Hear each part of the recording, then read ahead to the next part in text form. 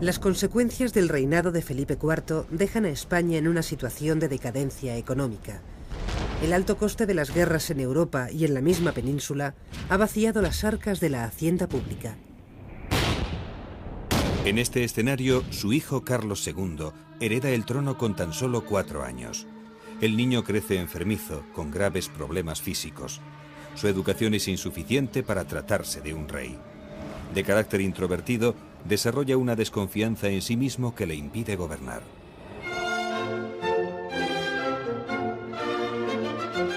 Sin embargo, su sentido del deber le hará tomar una importante decisión para mantener la integridad de los dominios de la corona, una misión que le obsesionaba.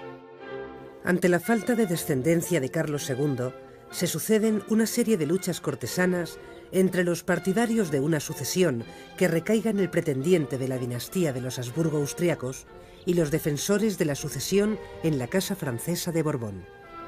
Finalmente, Carlos II, el último Austria español, redacta su testamento a favor de Felipe de Anjou, nieto del que había sido hasta entonces su principal enemigo, Luis XIV, rey de Francia.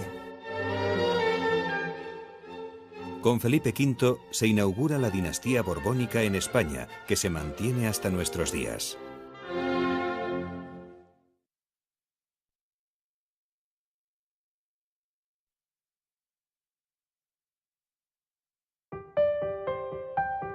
Hasta que el rey Carlos alcance la mayoría de edad a los 14 años, su madre Mariana asume la regencia de la monarquía española. Por primera vez en el siglo XVII, una mujer asume la dirección del gobierno. Mariana de Austria intenta imponerse al poder de la aristocracia, que apoya la opción de don Juan José de Austria, hermano bastardo de Carlos II, para regir el Estado. La reina se gana así la enemistad de la alta nobleza y deposita el gobierno en personas de su confianza.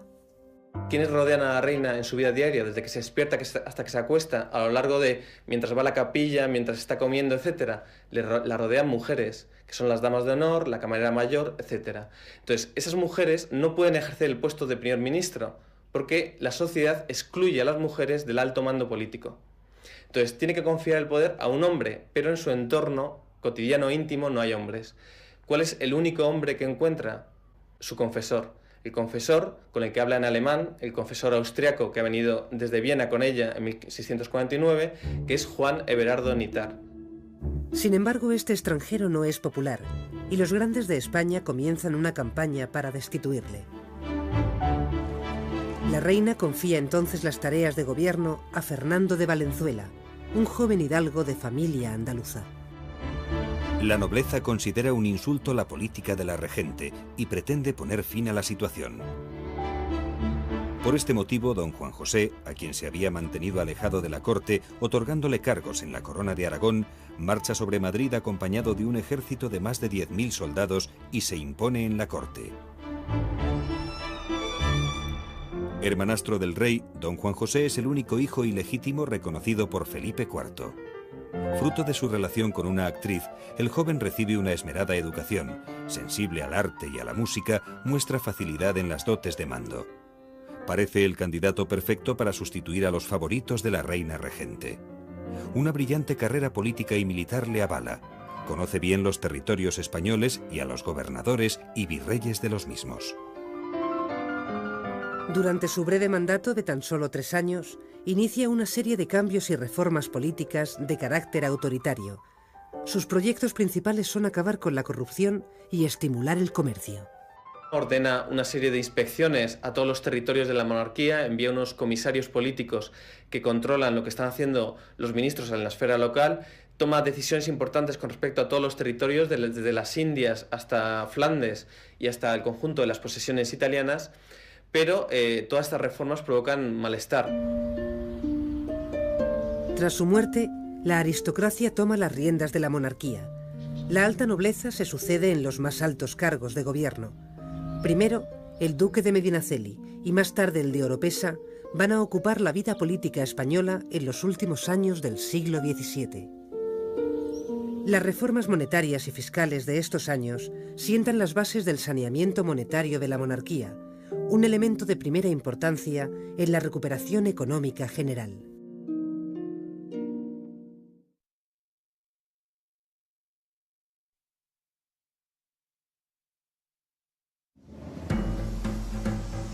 Durante el último cuarto del siglo XVII se asiste a los últimos coletazos de la grave situación económica del reinado de Felipe IV. Permanece la crisis monetaria del vellón, a la que se unen los desastres climatológicos que provocan malas cosechas y los últimos brotes epidémicos, sobre todo en Levante y Andalucía.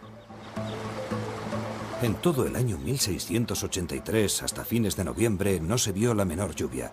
La tierra de casi toda Andalucía se secó, los frutos se quemaron, los árboles ardían, los granos se fueron a mendigar a otras provincias. Encarecióse el pan y por su carestía murieron muchos. Las prioridades políticas se centran en revitalizar la economía y aplicar reformas administrativas y eclesiásticas.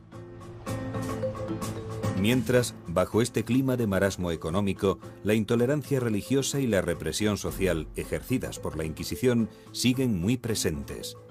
En 1680, el centro de Madrid va a ser escenario del juicio de 118 reos en el último gran auto de fe realizado por el Tribunal de la Inquisición. El castigo es para todos los condenados, incluso para los fugitivos o los ya muertos. 84 visten con los hábitos en función de su pecado. Hechiceros, sacerdotes casados, embusteros o hipócritas. 34 son huidos, así que una estatua le representa en el juicio. La desastrosa situación lleva a arbitrar medidas de austeridad en los gastos cortesanos y del gobierno. En los años 80, finalmente, se logra una estabilización monetaria que permite superar la ya secular maldición del vellón y establecer los cimientos para una relativa recuperación de la riqueza económica. En las últimas décadas del siglo XVII se inicia una tímida recuperación económica mucho más potente en la periferia que en el interior. El repunte se produce sobre todo en la cornisa cantábrica, el País Vasco y Cataluña. Se crean juntas de comercio para potenciar las manufacturas y las transacciones ultramarinas. Aumenta la venta de títulos nobiliarios y muchos mercaderes y financieros adquieren la condición de aristócratas. Por el contrario, en Castilla, el proceso de recuperación es muy lento o casi nulo. La agricultura es de subsistencia y la industria cuenta con pocas posibilidades comerciales. El mercado peninsular interior es débil y acusa todavía la existencia de aduanas entre los distintos reinos, ya que las tasas que se deben pagar en ellas encarecen el precio de los productos. La recuperación también se deja notar en el ámbito cultural. Aparece la prensa periódica, de carácter oficial, con la Gaceta de Madrid. Los últimos años del siglo XVII y los primeros del XVIII corresponden a un periodo en el que empiezan a conocerse y divulgarse nuevas ideas que más tarde cuajarán en la sociedad de la Ilustración.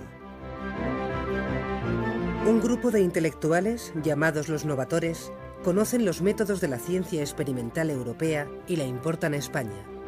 Los medios intelectuales de la ciudad de Valencia desempeñarán un papel de primera magnitud en la renovación intelectual. Este proceso se desarrolla en las provincias. Con el tiempo van a fundar las academias, instituciones al margen de la universidad que se convierten en centros de difusión de las ciencias modernas. Estos novatores, sobre todo, se desarrollan fuera de la corte y lo que hacen es traducir, difundir las nuevas teorías científicas, por ejemplo, en el ámbito de la medicina o también de las ciencias exactas, de la astronomía, aportar lo que se había descubierto en las décadas anteriores en otras áreas de Europa y romper con una universidad demasiado rígida que sigue unas enseñanzas tradicionales y que sigue anquilosada en el pasado. Son el germen de una renovación científica que se realizará en España durante el siglo XVIII. En este ambiente de preilustración, el gallego Benito Feijóo publicará en el Teatro Crítico Universal un ensayo con la intención de acabar con la ignorancia popular, basada en la tradición y en las supersticiones del pueblo. Rara presunción la del hombre, querer averiguar lo que está por venir. Pestañea en lo pasado, anda a tientas en lo presente y juzga tener ojos para lo futuro. Miéntenle las historias en lo que fue, los sentidos en lo que es, y cree a vanos sueños en lo que será. Esta extravagancia del entendimiento nace del desorden de la voluntad.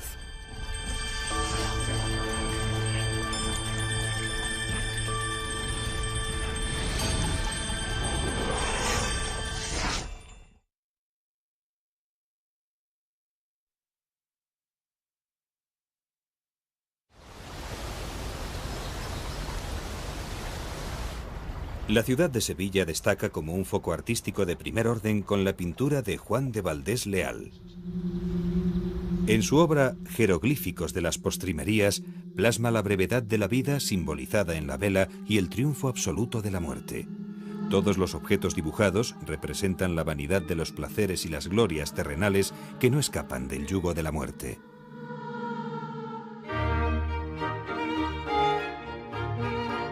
El napolitano Lucas Jordán alcanza gran éxito por toda Europa. Le llamaban fa presto por la rapidez con la que acababa su pintura.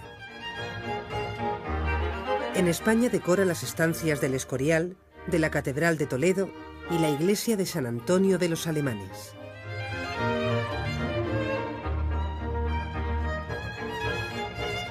El pincel de Carreño de Miranda no se cansa de retratar la corte madrileña.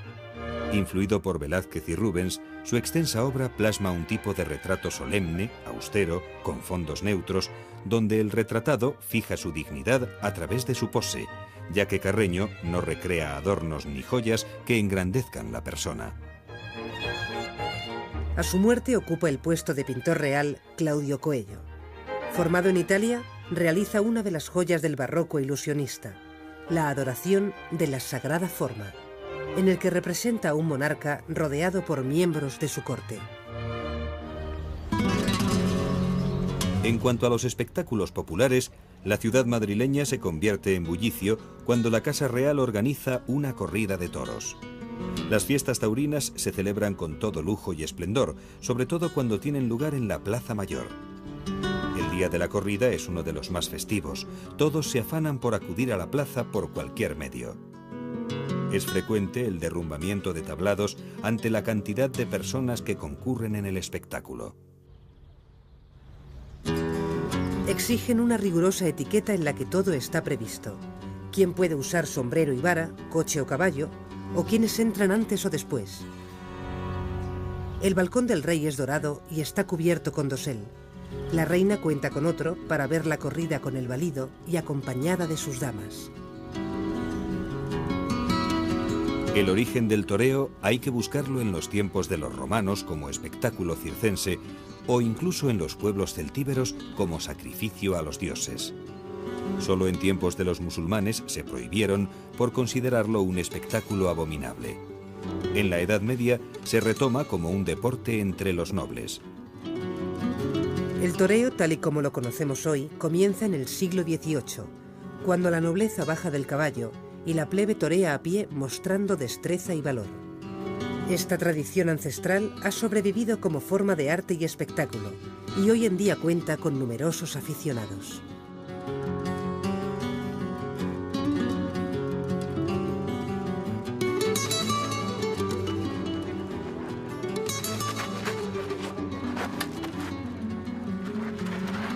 Para llegar a ser torero existen varias escuelas de tauromaquia en España.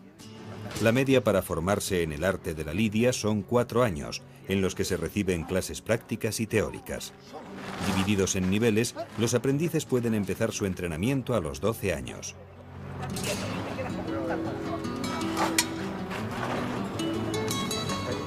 La primera lección consiste en instruirse en el manejo del capote y la muleta. Se echa la mano para abajo y se da el lance. Y se vuelve otra vez el capote a la primera posición de capote. Si viene el toro, lance, otra vez primera posición. El lance natural es el pase de muleta más sencillo. El entrenamiento se realiza con carretas que tienen pitones falsos. También se aprende a poner banderillas, a dar pases de pecho y a entrar a matar.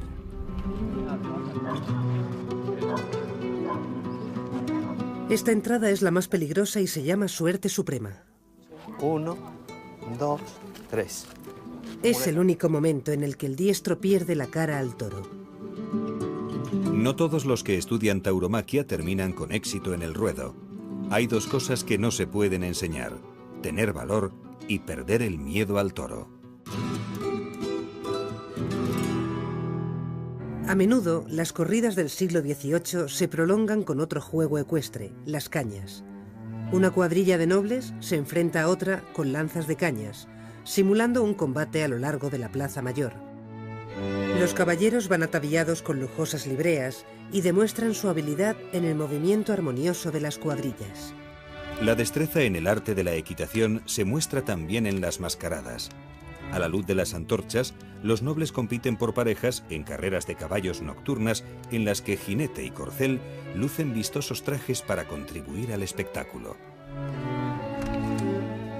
Una nueva moda de origen italiano se difunde en Francia y en España, el chichisbeo. Consistía en que las damas casadas de condición acomodada eran acompañadas en todos los espacios de la sociabilidad, a los teatros, a los paseos, a los bailes e incluso en los ámbitos de la vida privada, en las casas, en las habitaciones, por un caballero que es el que se llamaba el chichisbeo o cortejo. Precisamente la naturaleza exacta de esa relación fue un motivo de debate en el siglo XVIII por parte de quienes defendían el chichisbeo. Se argumentaba que se trataba simplemente de una relación cortés, elegante, educada entre un caballero y una dama, mientras que para los detractores de esta práctica se trataba en definitiva de una forma galante y refinada de adulterio. Se introduce la moda de los grandes escotes en el vestido femenino, a pesar de las censuras del clero. Para los hombres, paulatinamente, se imponen los cabellos largos. Más tarde se difundirán las pelucas empolvadas y postizos para cubrir la cabeza y aumentará la complejidad del peinado.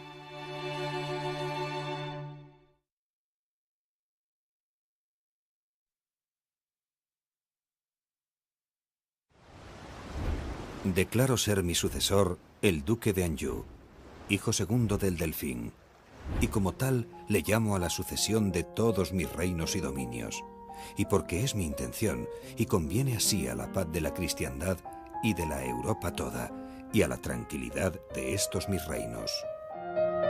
Pese a la última voluntad del rey Carlos II, la cuestión sucesoria al trono de España se va a convertir en una disputa por la hegemonía en Europa. Las potencias ambicionan los territorios de la monarquía española, sobre todo los americanos por la riqueza que genera su comercio, y también los dominios italianos y los Países Bajos. No obstante, Felipe de Anjou, nieto de Luis XIV de Francia, se convierte en el primer Borbón que reina en territorios españoles, al aceptar las condiciones del testamento de Carlos II. En los distintos territorios de la monarquía, lo que preocupa es dar el territorio, dar la corona a un rey que no sea capaz de defenderla militarmente. Esa opción era la opción de la Casa de Austria en principio.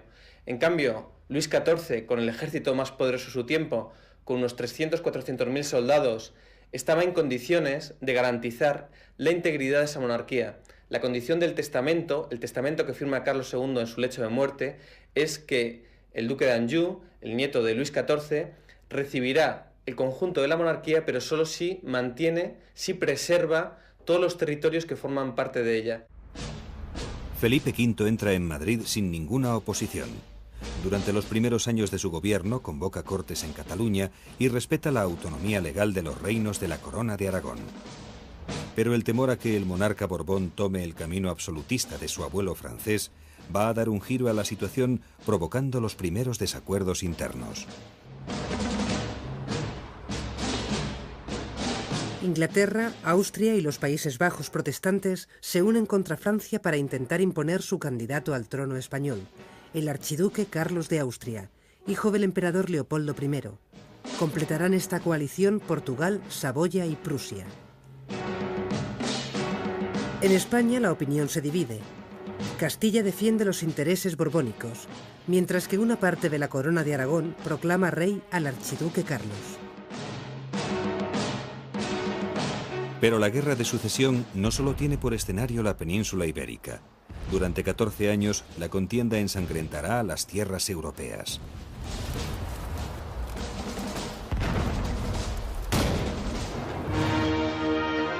Austria conquista la Italia española y en la fase inicial de la guerra, Portugal dirige un ejército aliado que domina fugazmente Madrid. La muerte del emperador austriaco Leopoldo I modifica los intereses en juego, al convertir al archiduque Carlos en heredero de sus dominios. Ahora ingleses y holandeses temen que si el archiduque triunfa, renazca una monarquía tan poderosa como la de Carlos V, que en el siglo XVI reinó en la península y Austria.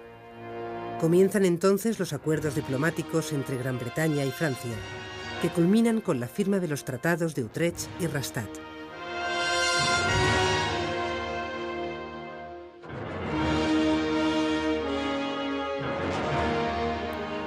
Felipe V pone en marcha un ambicioso proyecto político para reorganizar la administración. El monarca instaura el absolutismo político en España. Suprime los fueros de Aragón y Valencia y con el decreto de la nueva planta pone fin a los fueros de Cataluña. Siguen vigentes los del País Vasco y Navarra.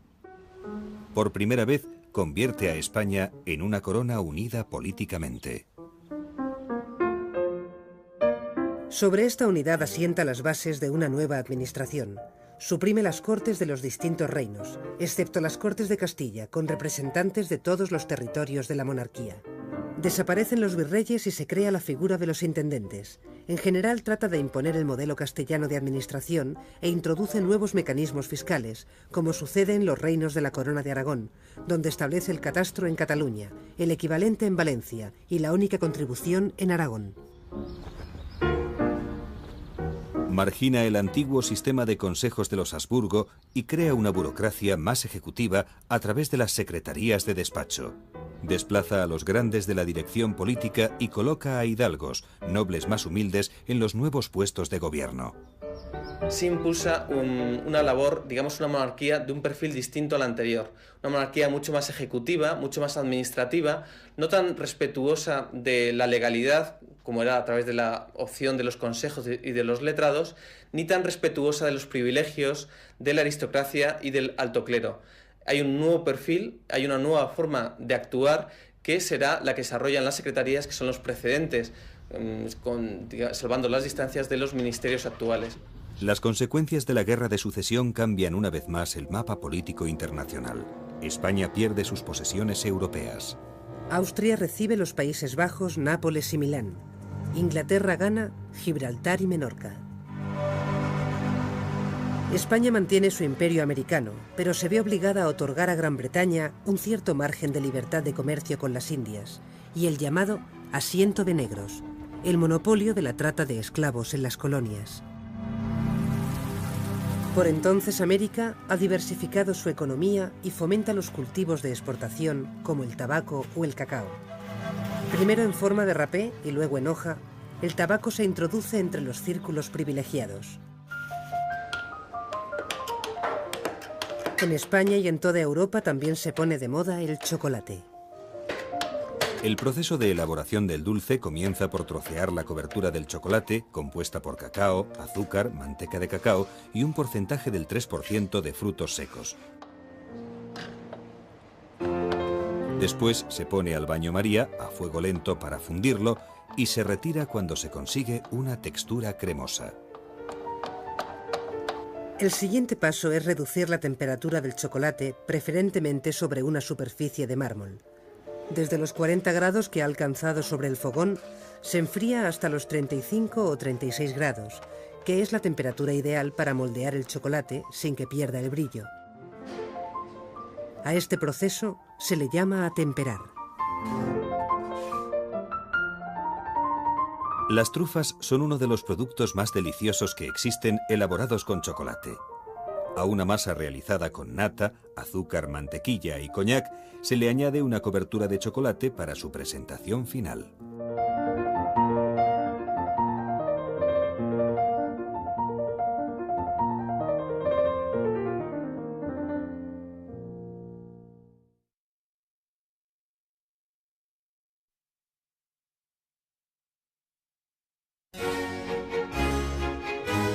Felipe V da un fuerte impulso a la cultura a través de la creación de instituciones reales, a las que encomienda tareas educativas y divulgativas. Toma como modelo el sistema francés, y tal como ocurriera con la ciencia, crea también las reales academias, para potenciar la cultura desde el poder. Con el fin de proteger y velar por el castellano, se funda la Real Academia Española. Después, con la Real Academia de la Historia, se buscará crear una identidad nacional a través de una visión común del pasado de España. Del mismo modo, la Academia de las Bellas Artes de San Fernando englobará todos los asuntos artísticos.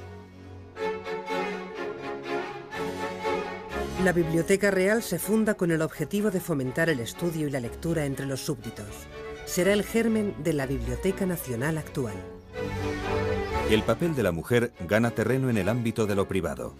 Las mujeres acceden al mundo cultural a través de las tertulias de salón como anfitrionas de las reuniones entre intelectuales.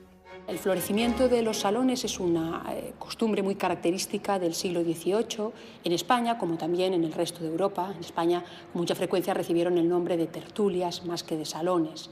Eran reuniones de literatos y aristócratas donde se discutía, se conversaba, se trataba socialmente y en ellos desempeñaban con mucha frecuencia un papel central como anfitrionas y animadoras damas aristocráticas. Felipe V se gana durante la Guerra de Sucesión el sobrenombre del Animoso, aunque no tarda mucho tiempo en revelar un carácter tendente a la melancolía. Pasa momentos de gran dinamismo y empuje que van seguidos de otros en los que se despreocupa por las labores de gobierno. Toda la corte, todos los grandes. Nadie me quiere. Quiero retirarme. En uno de sus estados depresivos abdica en su hijo Luis, y el monarca se retira al Real Sitio de la Granja. Felipe V, que no soporta los calurosos veranos madrileños, se enamora del paraje natural que rodea a una pequeña ermita dedicada a San Ildefonso. Adquiere los terrenos y dedica los siguientes 20 años de su vida a engrandecer el palacio y los jardines, decorados con esculturas, fuentes y bosques. Sin embargo, Luis I fallece tras 6 meses de reinado y su padre, Felipe V, vuelve al trono.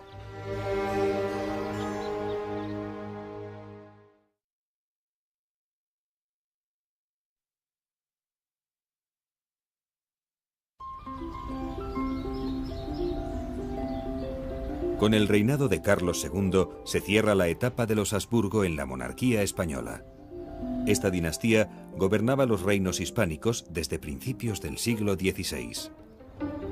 La precaria salud del monarca le incapacita para dar un sucesor a la corona y le obliga a dejar el gobierno en manos de los nobles. La subida del primer Borbón al trono de España pone fin al sueño de los Habsburgo de conseguir una hegemonía europea.